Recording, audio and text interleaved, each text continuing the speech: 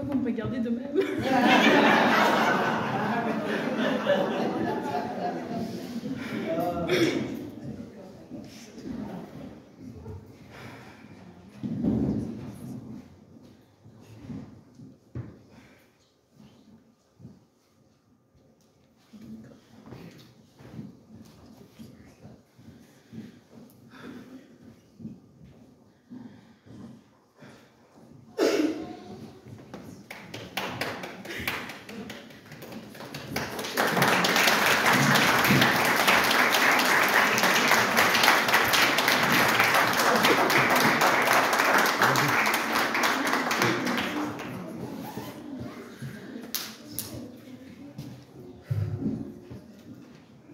Allez, je sais pas comment commencer.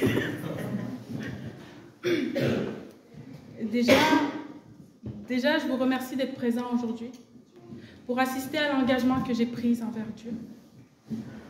Et j'aimerais prendre quelques minutes de votre temps pour vous témoigner ma nouvelle vie en Jésus-Christ. Avant ma conversion, avant de connaître Jésus, je vivais dans les ténèbres, comme tous avant de le connaître. Quelques années après avoir quitté l'Église, on m'a vite initiée aux drogues et à l'alcool. J'ai aussitôt pris goût à ce nouveau mode de vie, loin d'être biblique. Et au travers de tout ça, de l'alcool, de la drogue et des excès en tout genre, je cherchais un espoir dans mon désespoir, une lueur au milieu des ténèbres, sans savoir où aller et à qui me référer.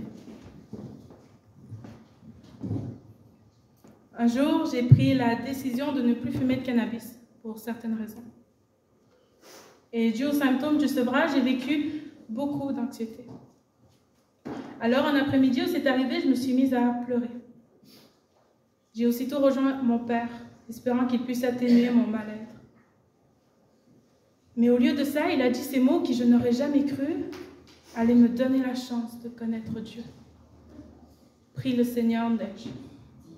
Alors je me suis mise à prier, ignorant où ma prière allait ou si elle était entendue, ignorant de qui était Dieu. Et c'est à partir de ce moment-là que j'ai commencé à revenir à l'église. Mais revenir à l'église ne voulait pas dire que j'étais redevenue sage pour autant. Je me disais chrétienne le dimanche matin à l'église, mais le vendredi soir au bar, c'était une autre histoire. Donc j'ai mené cette double vie, si je puis dire, pendant quelques mois.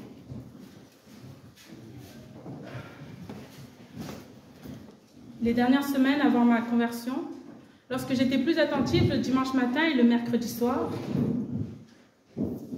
j'entendais souvent Denis parler du baptême, que c'était un ordre, un engagement que tout chrétien devait faire à Dieu, mais qu'évidemment, il fallait croire d'abord à Jésus et qu'il nous fallait donner notre vie à Dieu. Et sans grande surprise, tout ça ne voulait rien dire pour moi. Mais il y avait une certaine beauté à vous voir tous unis en Jésus. Étrangement, j'aspirais à être chrétienne, à croire à Jésus crucifié sur la croix pour me laver, nous laver de nos péchés et à moi aussi donner ma vie au Seigneur. Je voulais connaître ce bonheur, cette joie de servir Dieu, tout simplement. Et dans la journée du 1er octobre 2024, après une soirée trop arrosée, allongée dans mon lit, les larmes aux yeux, à ressasser et ruminer les erreurs de la veille, et à vrai dire de tous les remords que j'ai accumulés. Je cherchais le moyen d'expier mes fautes. Car oui, je croyais mériter une sorte de punition à mes faux pas. Mais quel autre moyen y avait-il que cette petite pensée qui s'est immiscée dans ma tête, que de mettre fin à mes jours? Et même si l'idée me paraissait insensée et même effrayante, car loin de moi l'envie de me mettre la corde au cou, eh bien je ne voyais rien de plus facile que ça. Alors que l'angoisse m'envahissait, que mes pensées tournoyaient et que les larmes ne cessaient de couler, le calme s'est tranquillement posé. Dans ma tête d'abord et dans mon cœur ensuite. Les paroles de mon pasteur me sont soudainement apparues.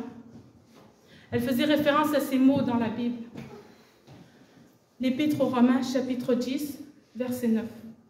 Si tu confesses de ta bouche le Seigneur Jésus, et si tu crois dans ton cœur que Dieu l'a ressuscité des morts, tu seras sauvé. Alors que ces mots ne voulaient rien dire la veille, ce jour-là, cette phrase avait pris tout son sens. Enroulée dans ma couverture, j'ai fermé les yeux. Et j'ai dit à voix basse quelque chose qui ressemblait à ça. Seigneur, je crois. Je crois que tu existes. Que tu as envoyé ton Fils Jésus sur la terre pour mourir sur la croix. Et tout ça pour me sauver. Me laver de mes péchés, car oui, je suis pécheur. Et je te demande de me pardonner mes fautes et toutes mes erreurs. Seigneur, je te demande de me sauver de ce monde dans lequel je vis. C'est au nom de Jésus que je te prie. Amen. Car voyez-vous, Dieu a tant aimé le monde qu'il a donné son Fils unique afin que quiconque croit en lui ne périsse point, mais qu'il ait la vie éternelle. Et je ne connais pas plus belle preuve d'amour que celle-ci. J'ai ensuite passé tout le mois d'octobre à affirmer ces paroles, car j'avais peur de ne pas le croire réellement. Personne ne m'avait prévenu du changement que ça allait apporter dans ma vie. Donc oui, j'ai passé 3 bonnes semaines dans le doute. Mais ce que Jésus a fait lorsque je l'ai accepté dans mon cœur, lorsque j'ai cru, m'a ébloui. Le Seigneur est venu, il a tout pris sur son passage. Il est venu, il a pris chaque péché que j'ai pu commettre tout au long de ma vie pour m'en délivrer. Rapidement, je n'avais plus aucune envie de m'enivrer, ni même de consommer des drogues quelconques. Et moi qui ne refusais aucune invitation, eh bien, n'en avais plus. Dieu savait pertinemment qu'il me serait impossible de passer à côté d'une soirée. Car oui, le Seigneur n'a pas besoin qu'on le renseigne sur les gens. Lui, il sait ce qu'il y a dans le cœur humain. Il nous connaît parfaitement. Alors il avait tout fait pour que ce monde dans lequel je vivais ne m'appartienne plus. Et dernièrement, je me suis demandé pourquoi est-ce que Dieu m'avait choisi. Pourquoi est-ce qu'il avait décidé de cogner à la porte de chez moi. Et voyez-vous, le chant de mon baptême n'a pas été choisi par hasard. Et ça, vous allez l'entendre tantôt.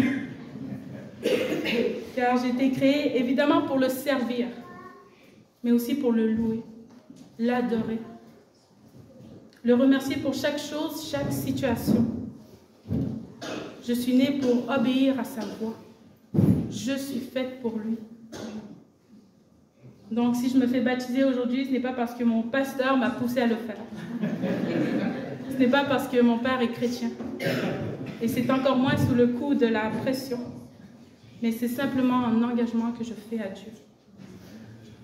Et je confesse encore, sans gêne, sans honte, que je suis enfant de Dieu. Et je m'engage à vivre pour lui, par lui et avec lui.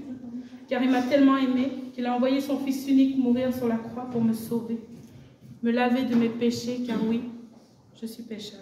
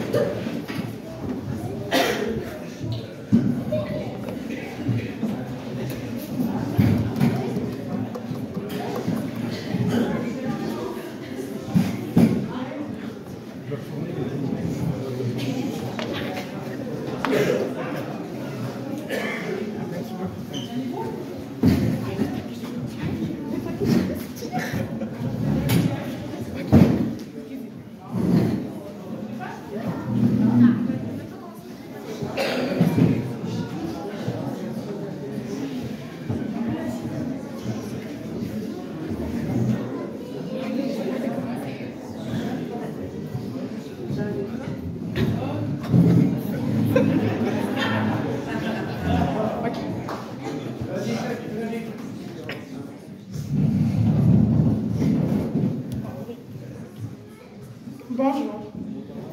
Aujourd'hui, je vais vous partager mon témoignage, ma vie, mon histoire avec Dieu, qui fut des plus merveilleuses. Dès mon plus jeune âge, je fréquente des églises chrétiennes, mais sans comprendre quelle était son importance. Dans ma vie, j'ai vécu des abandons, j'ai vécu plusieurs pertes et plusieurs trahisons, ce qui me blessa énormément.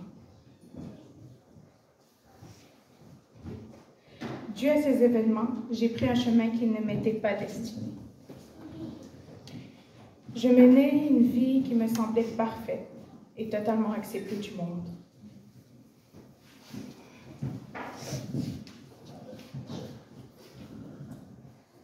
Je vivais une double vie, sans penser aux conséquences.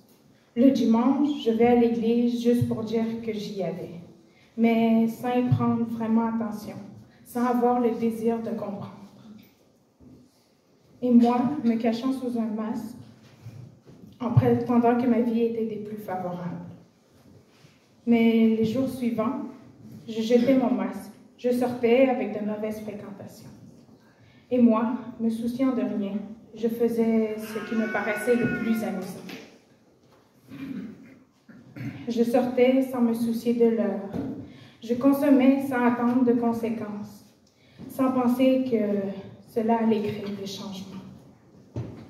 Je vivais sans remords, sans m'inquiéter de ce qui pouvait se passer. Et ma chair en demanda plus et encore plus. Puis il y a ce jour où que la tristesse, la honte et le désespoir m'envahissaient. Je cherchais une réponse sans savoir quelle était ma question. Je cherchais, sans savoir quelle réponse était à cet endroit. L'église est mis mon moto. Je suis rentrée sans savoir quoi chercher. Puis il y a eu ces chants et ces versets qui m'ont procuré un sentiment de réconfort, de satisfaction. Mes larmes coulèrent sans le vouloir. Je ne pus m'empêcher de pleurer. Je sortais et je revenais.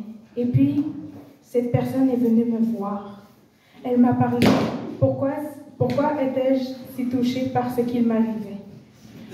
Elle m'expliqua que mon cœur avait changé. Puis, sur le regard de tous, je demandai à mon pasteur de me diriger. Il m'a dirigée vers quelqu'un qui m'aimait plus que quiconque, qui a donné son Fils unique pour me sauver, pour me donner la vie éternelle. Et ce jour était le 25 décembre 2024. Ce jour où je me suis tournée vers Dieu et que je lui ai dit, « Je crois en toi, Seigneur. Je crois que tu as envoyé ton Fils sur la croix pour me sauver. » Ce fut d'un jour les plus merveilleux. Voici quelques versets qui me touchent particulièrement. Romains 3, 23 et 24. « Car tous ont péché et sont privés de la gloire de Dieu. » Et 24. « Ils sont gratuitement justifiés par sa grâce, par le moyen de la rédemption qui est en Jésus-Christ. » Jean 3, 16. « Car Dieu a tant aimé le monde qu'il a donné son Fils unique, afin que quiconque croit en lui ne périsse point, mais qu'il a la vie éternelle. » Ces versets me touchent, car dans ces versets, on y retrouve à quel point que Dieu nous aime, à quel point il tient à nous. Mais il nous montre aussi que nous ne méritons point et que nous sommes pécheurs, que sans lui, nous sommes que hommes perdus dans ce monde. Et aujourd'hui, je me fais baptiser pas parce que ma famille est chrétienne, non, loin de ça. Pas pour plaire aux autres. Je me fais baptiser car Dieu me l'a demandé.